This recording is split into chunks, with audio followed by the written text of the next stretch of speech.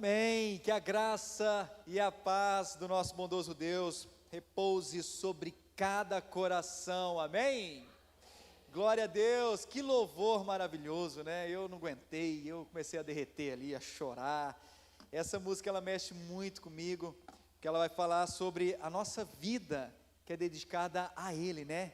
É por Ele que nós estamos gastando a nossa vida, é por Ele que nós estamos sendo entregues, né? Igual Paulo vai falar, a morte, as provações, porque nós sabemos que vale a pena. Se Ele entregou a vida por nós, nós também entregaremos a nossa vida por Ele, amém? Glória a Deus, é isso aí. Meu amado irmão, nós iremos continuar na nossa série, que se chama Os Milagres de Jesus. É um total de 7 sermões nessa série, e hoje nós estamos no terceiro milagre de Jesus, que você vai encontrar no Evangelho de João, tá? O Evangelho de João vai nos contar sobre 7 milagres, e sobre esses nós já estamos no terceiro, tá? Então quero te convidar a abrir a sua Bíblia no Evangelho de João, capítulo 5, Evangelho de João fica no Novo Testamento, segunda parte da Bíblia, Mateus, Marcos, Lucas, João capítulo 5, dos versículos de 1 a 18, João capítulo 5, dos versículos de 1 a 18, e essa será a base da nossa exposição nessa noite.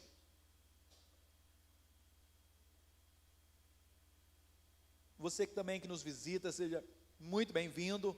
Essa é a sua igreja, essa é a sua família, e você que já é de casa, que você possa se sentir ainda mais acolhido por esta igreja, porque a nossa intenção é abraçá-lo, é amá-lo, é você entender que você faz parte desta igreja e dessa família, tá? Evangelho de João, capítulo 5, de 1 a 18, todos encontraram, amém? Glória a Deus. Eu estarei lendo, que os irmãos possam acompanhar em suas Bíblias.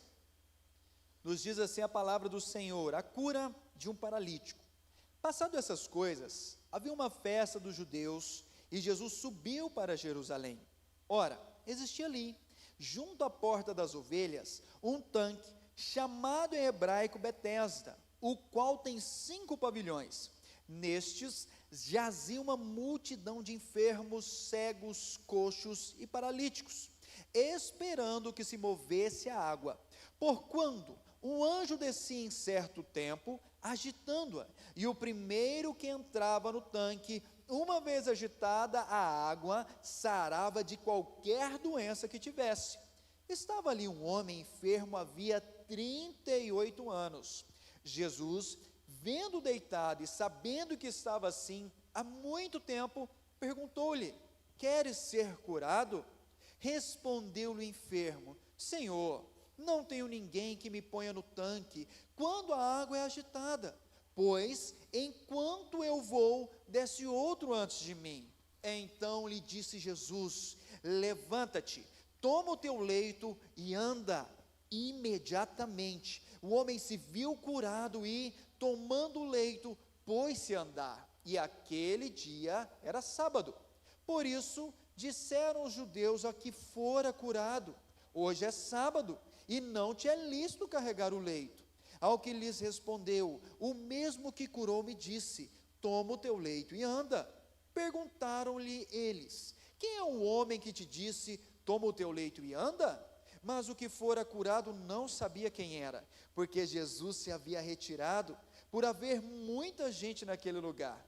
Mais tarde, Jesus o encontrou no templo e lhe disse: olha, que já estás curado, não peques mais, para que não te suceda coisa pior.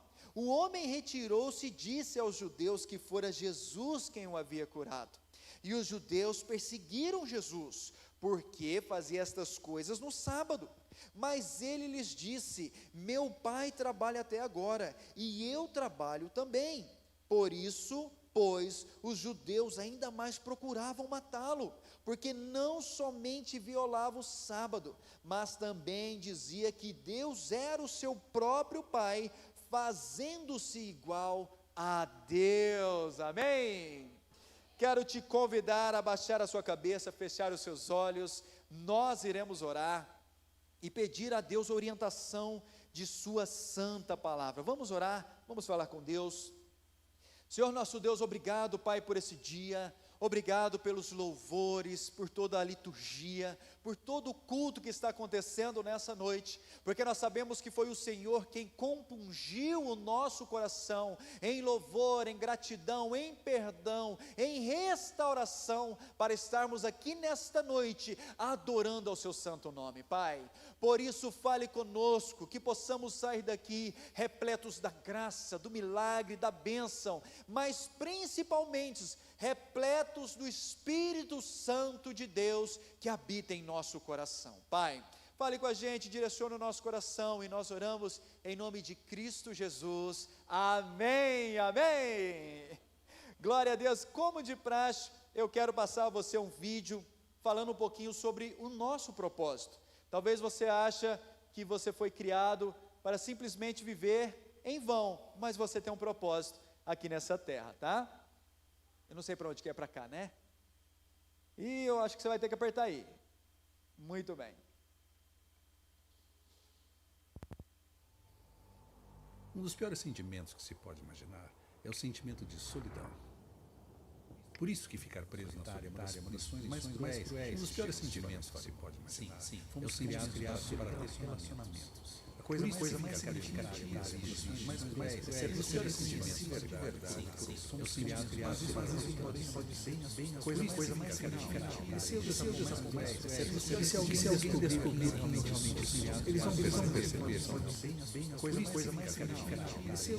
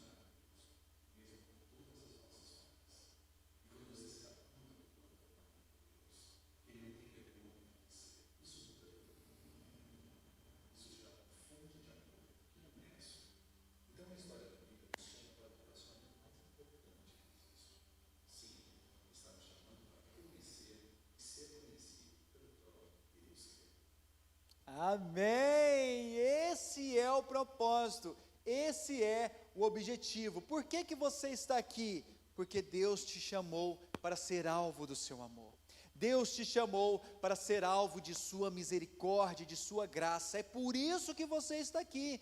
Da mesma maneira que ele encontra esse paralítico e o cura como um propósito, como um sinal, como algo que ele já tinha para o coração daquele homem, da mesma maneira, Deus lhe convida nessa noite para ser alvo não somente do seu amor, do seu milagre, da sua graça, mas para ser alvo principalmente de sua salvação para o seu coração. Esse é o maior propósito de Deus, lhe dar intimidade e te dar um caminho santo, reto, que é criado por Ele mesmo para a sua vida, tá? E é sobre isso que eu quero conversar com você nessa noite, sobre o resplandecer da misericórdia, né, na nossa vida e no nosso coração, tá? A gente não vai trazer a título contexto, porque nós já trabalhamos isso em alguns domingos passados, mas eu só quero trazer um pouco da onde Jesus está. Jesus, ele está saindo da Galileia, porque o último milagre que ele realiza é ali em Caná da Galileia. Ele retorna até Caná da Galileia, como você pode ver nos versículos anteriores, e ali ele realiza um milagre, que é a cura do filho de um oficial. E logo após essa cura, então ele toma uma partida, e aqui ele está indo para Jerusalém. E aí ele chega em Jerusalém, e ali ele começa toda essa narrativa que nós iremos meditar nessa noite, tá? Só para te localizar um pouquinho a respeito. Não está mudando, o trem parou aqui, gente. Pode passar para o próximo aí, tá? E eu quero trabalhar com você a primeira verdade nessa noite, sobre uma misericórdia, voltou, pode passar no segundo, misericórdia que resplandece nas nossas misérias. Quando você olha o texto, meu irmão, você vai perceber que passado essas coisas, como nós já dissemos, passado o quê? Passado um período pelo qual ele realizou um milagre ali do filho do oficial, ele toma uma ação de ir para Jerusalém. Mas por que ele vai para Jerusalém? Porque ali tinha uma festa dos judeus. Quando você vai para Deuteronômio, capítulo 16, versículo 16, você vai perceber que tinham 3 festas anuais que todo judeu tinha que ir até Jerusalém para comemorar, que era a Páscoa, festa dos tabernáculos e Pentecoste. Então Jesus, sendo judeu, ele toma essa partida para comemorar essa festa ali no templo ou ali em Jerusalém. E o que vai acontecer? Você vai perceber que João vai trazer a riqueza de alguns detalhes. Ele vai dizer assim, que ora, existia ali junto à porta das ovelhas, um tanque chamado em hebraico Betesda, o qual tinha 5 pavilhões, e ali jazia uma multidão de enfermos, cegos, coxos e paralíticos. O que está acontecendo? Como João está escrevendo os fatos, e ele era uma testemunha ocular daquilo, porque ele caminhou com Jesus, e era natural daquela região, ele começa a descrever e a pintar um lindo quadro de como era aquele lugar.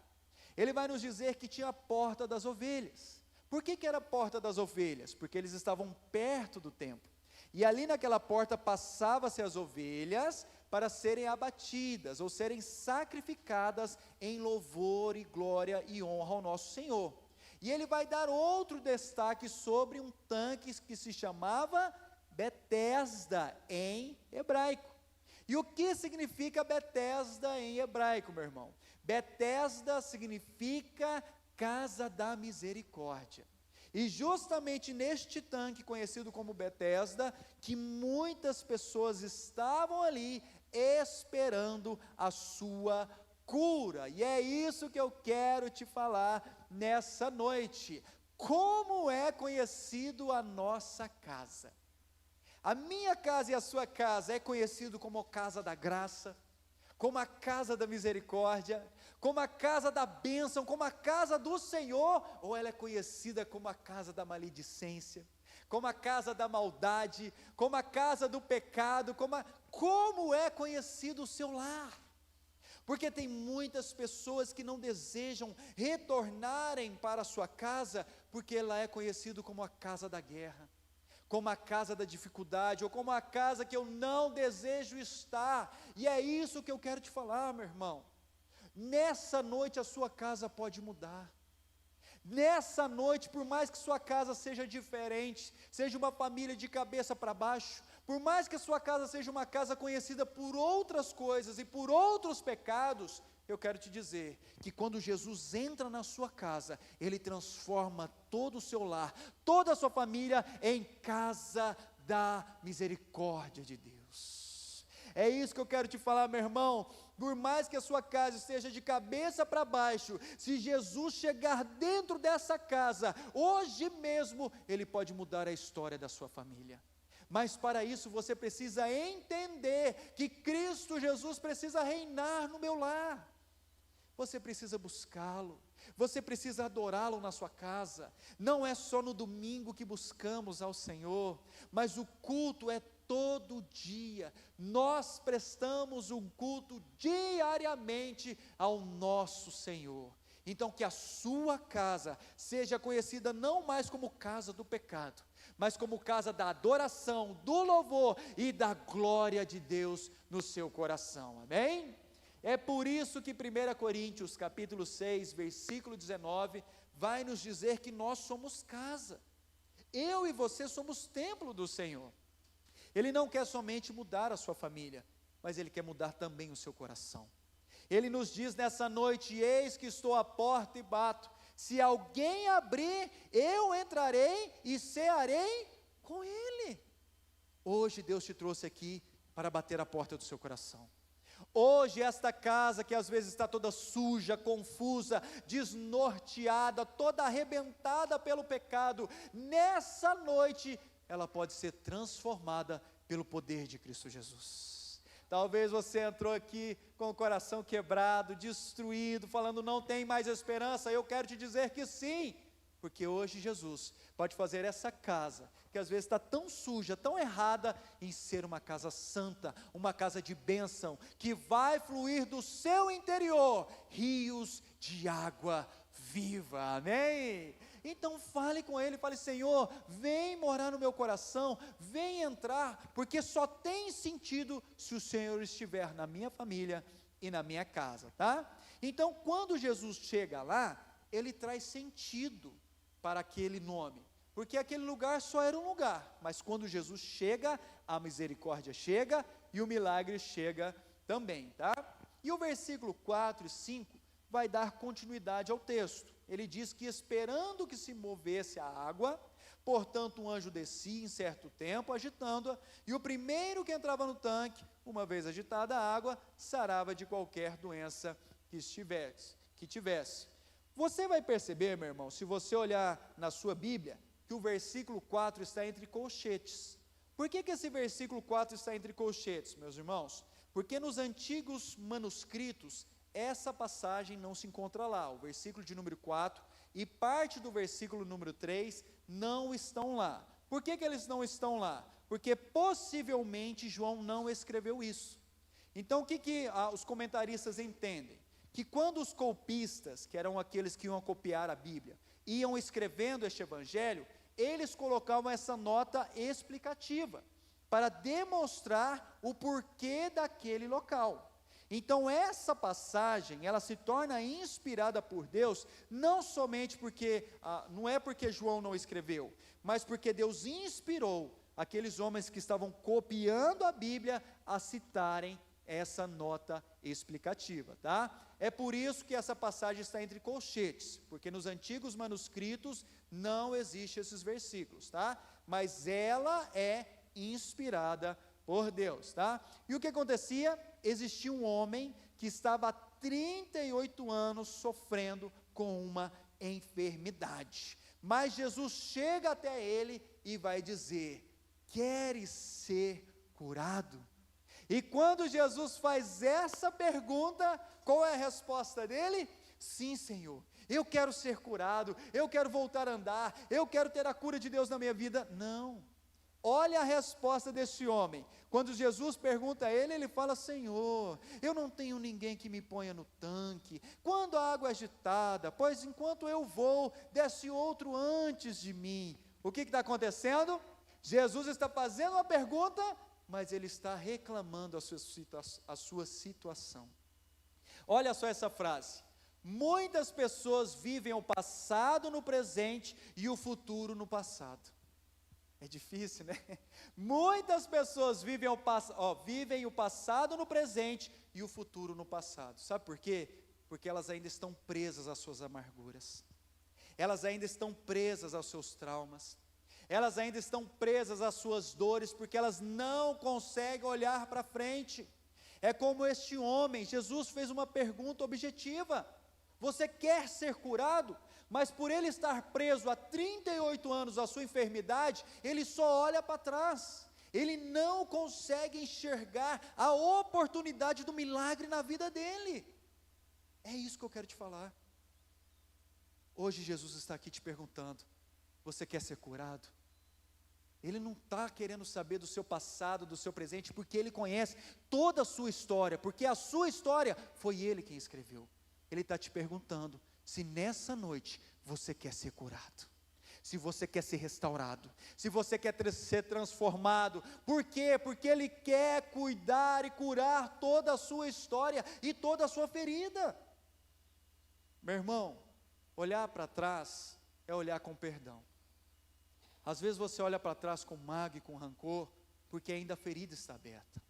O pastor Hernandes Dias Lopes vai nos dizer que o perdão é você olhar para a ferida, não mais com dor, mas como uma ferida que já cicatrizou na sua vida e no seu coração.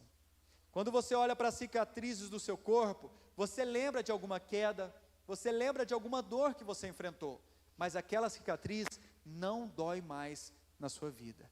Do mesmo jeito é quando olhamos para trás. Quando você olha para trás, você não tem que olhar com desesperança, com rancor, com traumas, com dores, muito pelo contrário, você tem que olhar para trás dizendo: eu passei por aflições, mas graças a Deus que por elas eu venci, porque Cristo venceu por mim as minhas lutas. É isso que eu quero te falar. Pare de murmurar o seu passado. Pare de viver o presente no passado e o futuro também, achando que nada vai dar certo, achando que você é fracassado, achando que sua vida está num beco sem saída. Pare com isso, porque a sua história não é determinada pelo seu passado, mas a sua história é determinada por Cristo Jesus. Tire o seu coração do passado e aprenda a vislumbrar aquilo que Deus já preparou para você, que é um caminho de bênção, de graça e de milagre para a sua vida, amém? Então tire os seus olhos do passado e começa a olhar para frente, para o futuro brilhante, pelo qual Deus já preparou para a sua vida, tá? E o que vai acontecer, meu irmão? Por que ele se encontrava nessa situação? Por causa do pecado, meu irmão. E a pergunta que eu te faço: pastor, mas é um pecado que ele cometeu, que o levou a estar assim? Possivelmente sim, e outros comentaristas vão dizer que possivelmente não. Por exemplo, você pode ser o crente mais fiel, mais leal, uma pessoa que ama o Senhor, e sair daqui, bater o carro e ficar paraplégico. Isso é por causa do pecado comum que está no mundo. O mundo está amaldiçoado pelo pecado. Você pode ser a melhor pessoa, não é porque você é a melhor pessoa que você não vai passar por aflições. Não, você vai passar.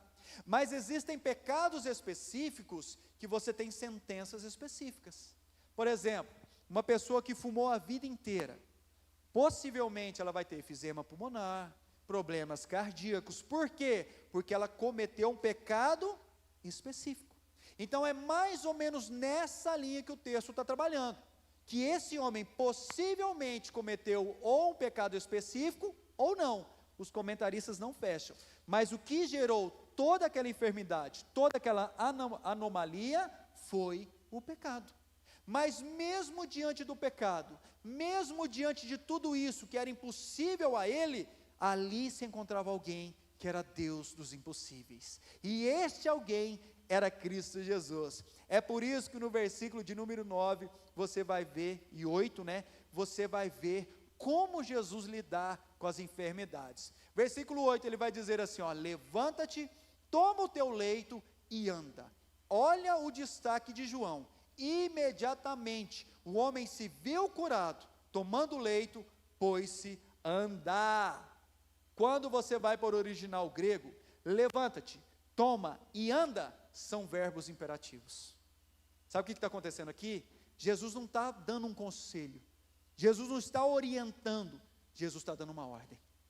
É assim como ele faz no começo do mundo: haja luz e houve. É a mesma coisa aqui.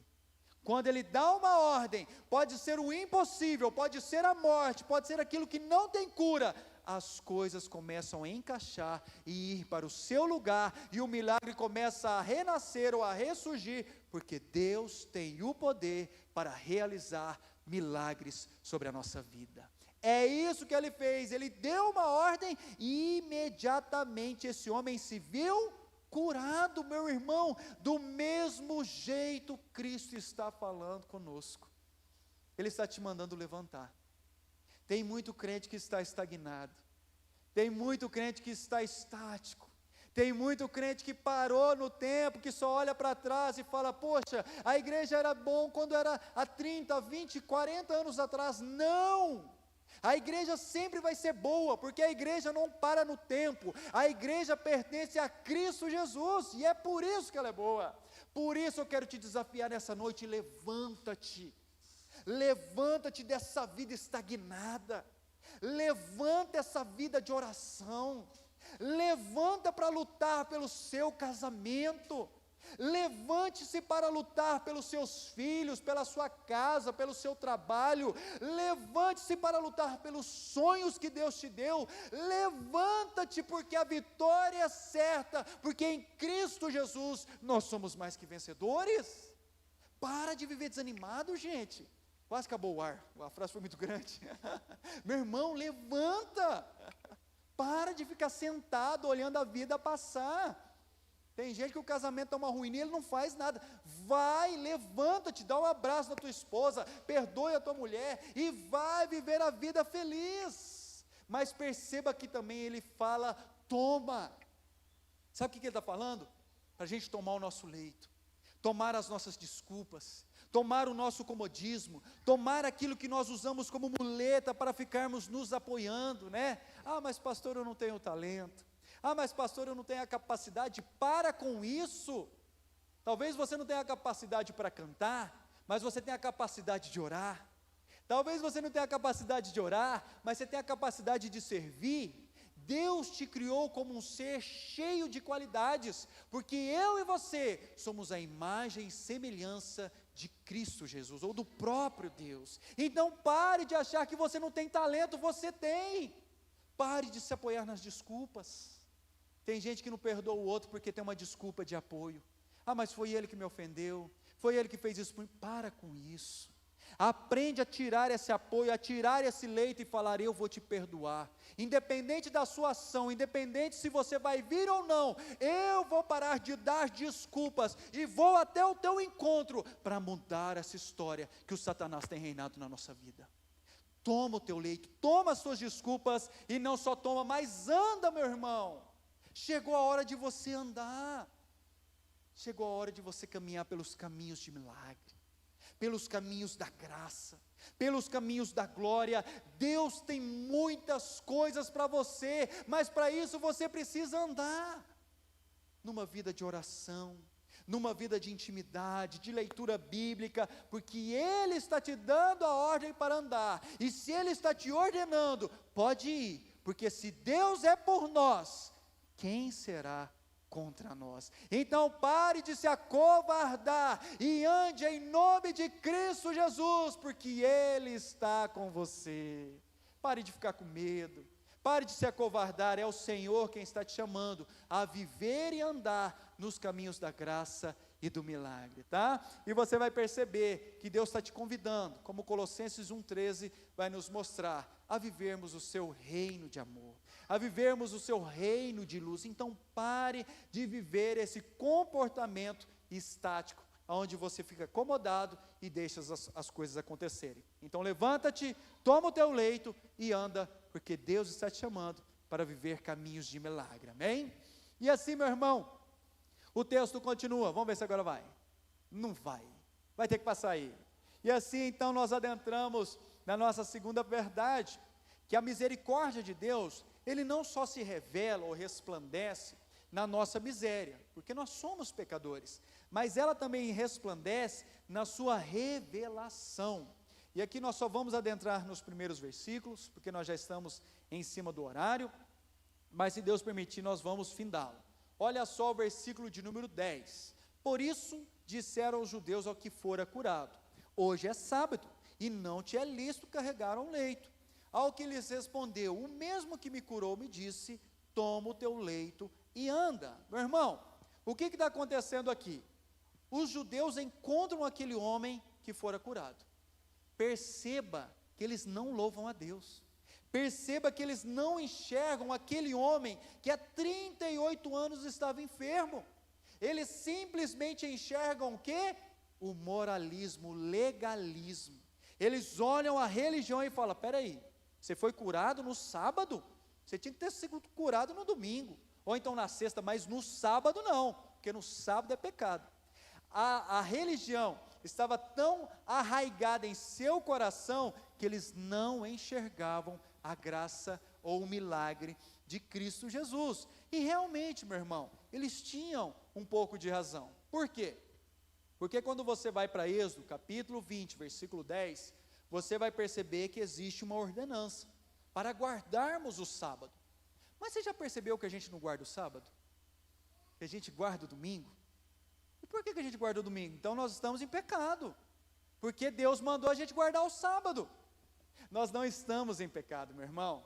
Por quê? Porque nós compreendemos que o sábado é uma figura.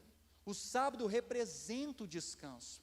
Não é que é cravado no dia tal ou no sábado tal que nós devemos descansar. Não, o sábado aponta para algo maior, que é Cristo Jesus.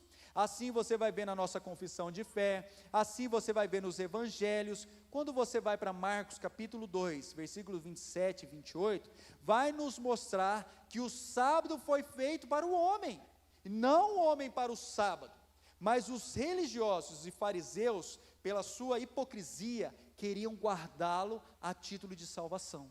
Por que nós não guardamos o sábado, meu irmão? Porque nós entendemos que ele é um símbolo, pelo qual representa Jesus, e como Jesus morreu e ressuscitou no domingo, nós guardamos o domingo. O nosso descanso, o nosso dia de adorarmos e contemplarmos a Deus, é no domingo. Não foi o imperador Constantino no século IV que decretou isso, não. Se você for nos historiadores como Eusébio, você vai ver que desde a igreja primitiva, a primeira igreja já guardava o sábado e o domingo. Os judeus e os gentios já guardavam esses dias. E aí eles começaram a guardar o domingo, porque eles compreenderam que a representação do descanso foi cumprida em Cristo Jesus. Então hoje nós guardamos o domingo, porque o domingo representa não mais a morte, não mais o descaso, não mais a penosidade da lei, mas para nós o domingo representa a salvação, a alegria, a graça, a paz redentora de Cristo Jesus para o nosso coração.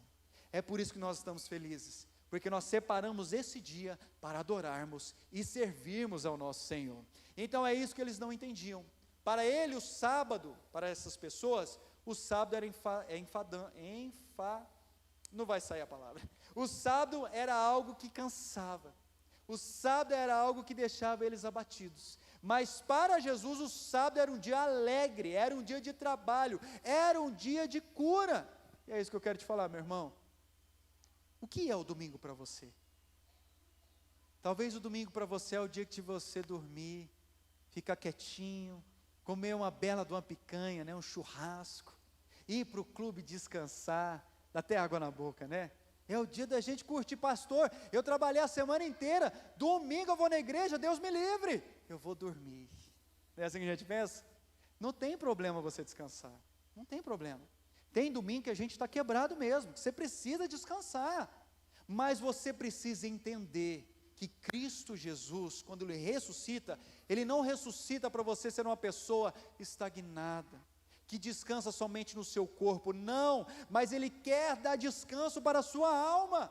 Então, meu irmão, não é difícil demais acordar 8 horas da manhã e vir para a igreja adorar ao Senhor. O problema é que a gente não quer, porque o nosso corpo está cansado, meu irmão. Cristo quer lhe dar o verdadeiro descanso. O verdadeiro descanso não é dormir. O verdadeiro descanso não é somente ficar deitado numa rede, não. O verdadeiro descanso é contemplar, adorar e ser cheio do Espírito Santo de Deus. Então, meu irmão, pare de dar desculpa. Domingo de manhã eu quero te ver aqui, juntinho com a gente, adorando e aprendendo mais da palavra do Senhor, amém? Glória a Deus, você sabe o que significa amém, né? Assim seja. Então, se você não vier, eu vou lá na sua casa te buscar, tá bom? Combinado? Então, lembre, meu irmão, não é penoso vir no domingo, é prazeroso, porque é o dia que nós trabalhamos, que nós servimos a Cristo Jesus, tá? Não vou me delongar, nós já estamos partindo. Você vai perceber, meu irmão, que na Escritura existem 3 tipos de lei. Por que você precisa entender sobre isso? Porque os fariseus, eles não compreendiam sobre isso. Como que o fariseu olhava? Só uma lei, que a lei salvava o coração do homem, se ele fosse completamente perfeito e guardasse essa lei, mas não era isso que a Bíblia diz. Quando você vai para Paulo, você vai ver, quando ele está escrevendo ali, que ele vai dizer que a lei é um aio, é um tutor, a lei é quem nos orienta e nos leva para Cristo, porque se você tentar cumprir a lei 100%, você verá que nunca em sua vida você irá conseguir. É por isso que a lei está mostrando a graça, a lei está mostrando o amor, o perdão, a misericórdia de Deus para nós. Ela mostra o caráter divino e ao mesmo tempo a misericórdia. Porque ele está falando, vocês não conseguem ser assim, mas eu vou alcançar isso naquela cruz para a sua vida.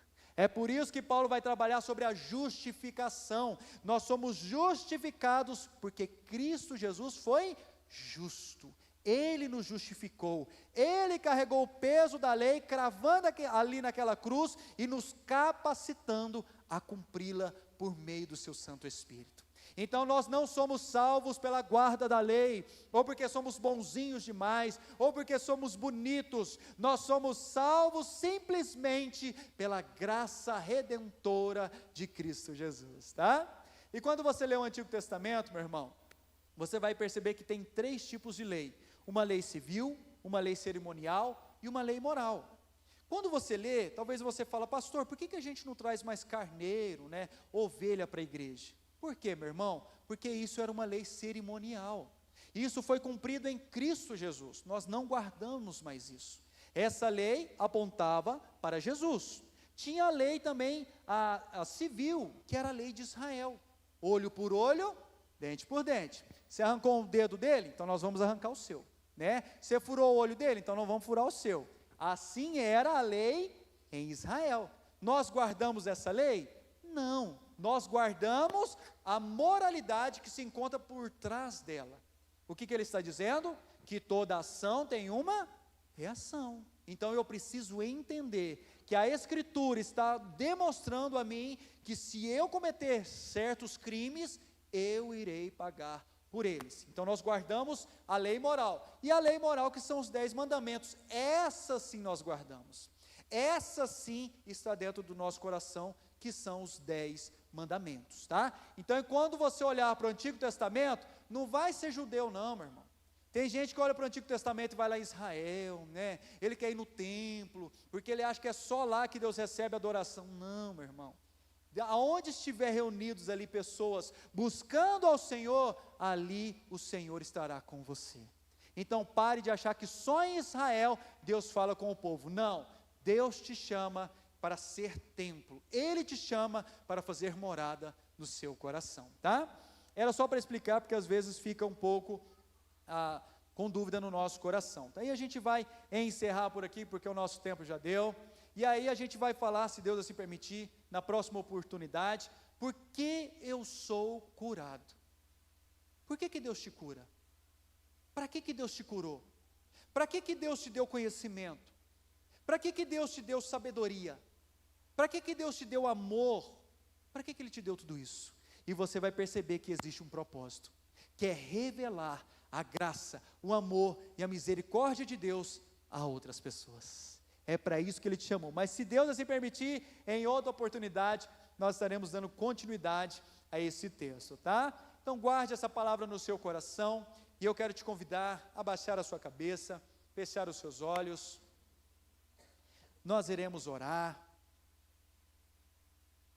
E talvez você está aqui confuso, talvez você está aqui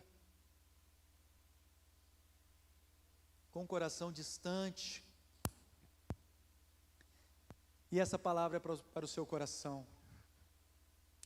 Eu quero te dizer que por mais que sua casa seja uma casa conhecida pelo pecado,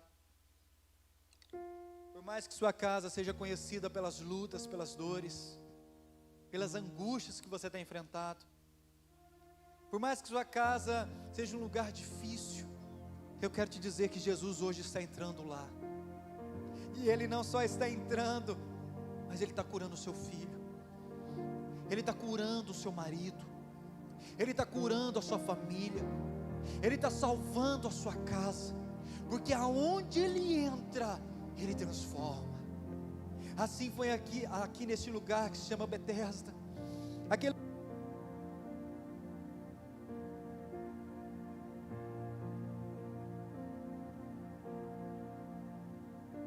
É isso que eu quero te falar. Quando Ele entra, Ele transforma aquele lugar. É isso que eu quero falar a você. Ele está te chamando nessa noite para adentrar no seu coração. Ele está batendo a porta do seu coração. Então, meu irmão, pare de relutar, porque Paulo vai falar que é igual você lutar contra o aguilhão. Não adianta você fugir, porque Deus te separou e te escolheu desde a eternidade para ser dele. Então nessa noite abra o seu coração a Ele, diga: Senhor, me muda, transforma-me, que a cada dia mais eu possa ser parecido com Cristo Jesus. E se você está tendo problema com o seu passado, se o teu passado tem te perseguido, te machucado, eu quero te dizer que Deus pode mudar a tua história. Pare de viver num caminho de murmuração, de lamento, de dor. Chegou a hora de você sorrir. Chegou a hora de você caminhar, levantar e andar pelos caminhos do milagre, da intimidade, do avivamento, da graça, do poder de Deus para a sua vida.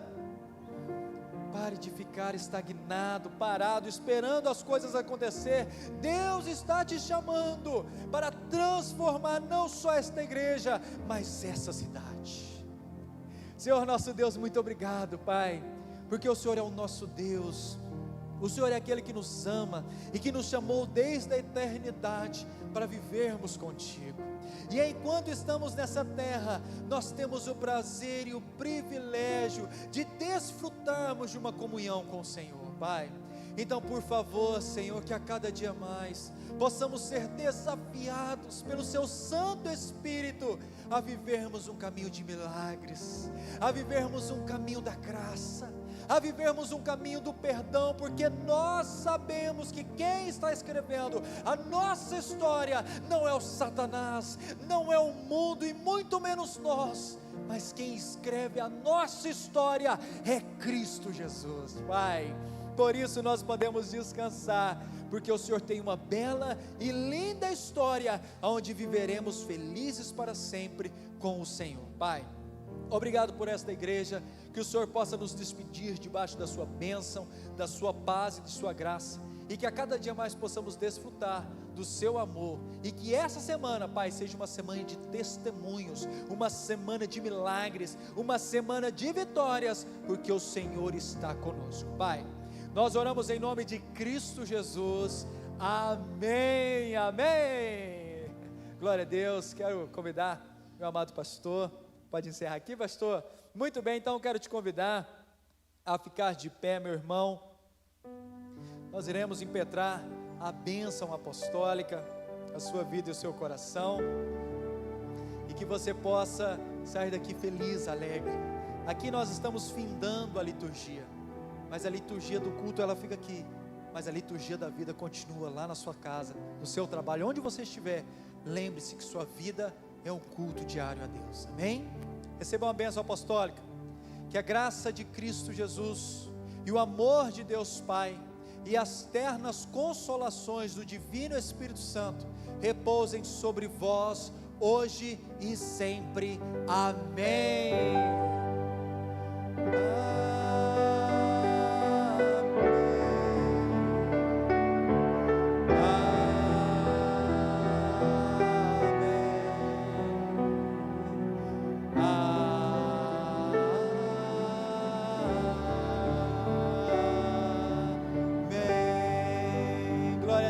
Você pode se assentar e nós estaremos à porta para cumprimentá-los. Deus abençoe.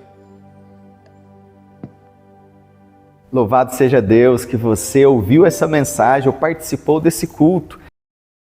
Que você tenha um encontro verdadeiro com o Senhor Jesus. Então, eu te faço 3 convites muito importantes. O primeiro dele é, se você entendeu essa mensagem e quer entregar a sua vida para Jesus, entre no WhatsApp que está na descrição desse vídeo, no QR Code ao lado, e nós queremos te orientar sobre como que você pode entregar a sua vida para Jesus. O segundo convite, muito importante, é volte a congregar em uma igreja séria, uma igreja bíblica. Se na sua cidade tem uma igreja presbiteriana, procure uma igreja presbiteriana. Se você deseja, entre em contato conosco dizendo: eu quero retornar a servir ao Senhor em uma igreja. E nós iremos orientá-lo a encontrar uma igreja aí na cidade onde você está. Mas se você mora em Rio Verde, aqui na Igreja Presbiteriana do Parque Bandeirante. E o terceiro e último convite é muito importante. Diga: eu quero ser batizado. Isso mesmo, você deseja um compromisso sério de vida com o Senhor.